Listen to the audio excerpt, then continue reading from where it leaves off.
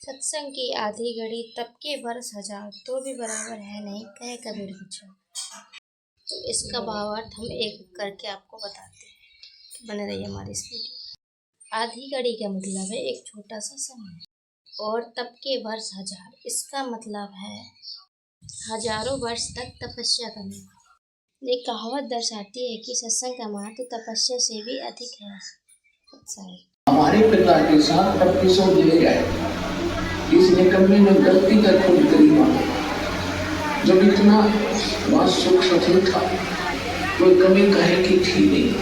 इसके भगवान भाई तपस्या करी, अलग लूंगा बता चल 100 गुण मार लिए, एक चारपाई का सोना, चल एक 20 कमरे की कोठी बना ले, एक चार और 20 वर्ष की, अब 50-55 वर्ष के व्यक्ति का और 15-20 और 18-20 वर्ष की बालक नीचे चलना है, दोनों नहीं करना है, दोनों का खड़ा होना सीरियस रहेगा।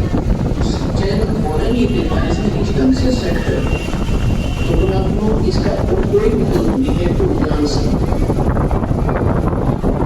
और ज्ञान समझ करके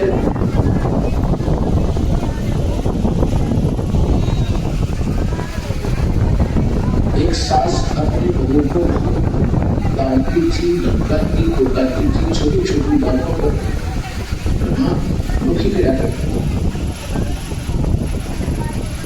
तो एक दिन उसने उसकी सास को उसकी एक सहेली बुढ़िया थी, वो कहने लगी कि भाई जब सत्संग सुनकर आते हैं, मैं आज लेट होगी, थोड़ी देर होगी, मुझे अकेली में जा नहीं सकती, तो मेरे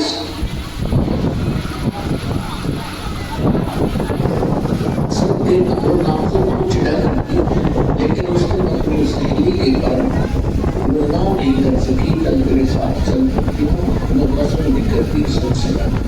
इसमें तो सारे आंसी लोग जाते हैं, निकम्मे व्यक्ति जाते हैं, वो काम नहीं करते, कर खाने लेकर लेते, यही बात बड़ी। इस तरह के पाबंदे हमारे संग के थे, तो भी न चली गई। तो मैं ज्ञान से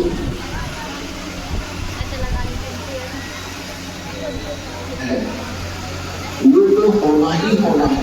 जैसे कोई नुकसान हो गया घर में, कोई कर अपने घर में हानि और क्रेडिट हो जाता है किसी भी कारण से, तो फिर दूसरे जो बड़े होते हैं छोटों के पीछे पड़ जाते हैं। सास लोग का पीछे जितना नाश कर दिया, तुम्हारा पीछा नहीं बेचती, घर का नाश करेगी, तो सत्संग में बताया जा रहा था कि नुकसान होना था, वो तो हो गया।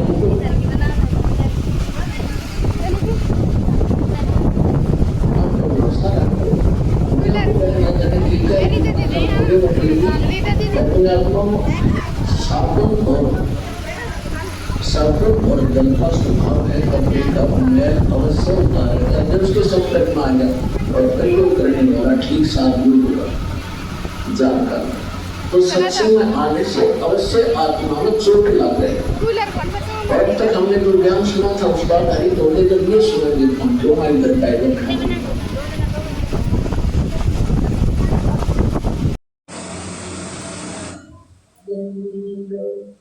मुल्ला के दंग सुनावे, मुल्ला के दंग सुनावे, ना मेरा करता रहा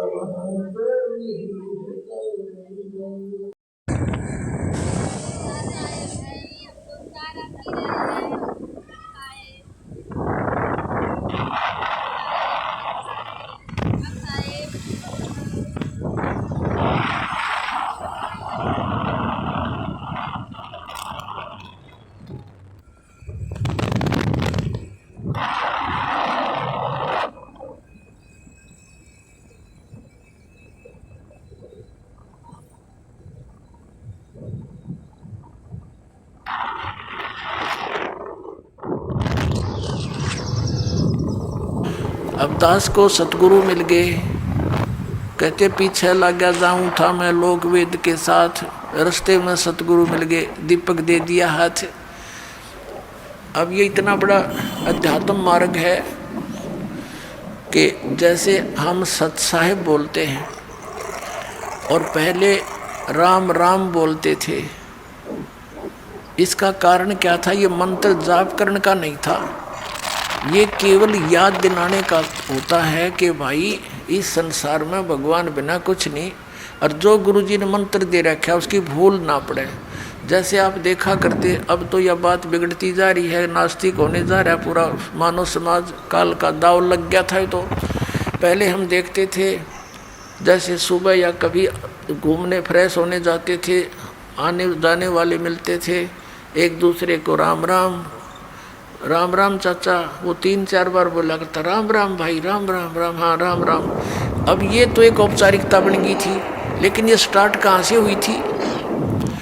ये ऐसे होता है कि ये मंत्र जो गुरुजी देते हैं, ये अपने मुख से दूसरे को बोलकर सुनाना नहीं होता, नहीं तो फिर उसको सुनाने से आप उसके गुरु बन गए, आपकी भक्ति नाश होनी शुरू हो जाएगी।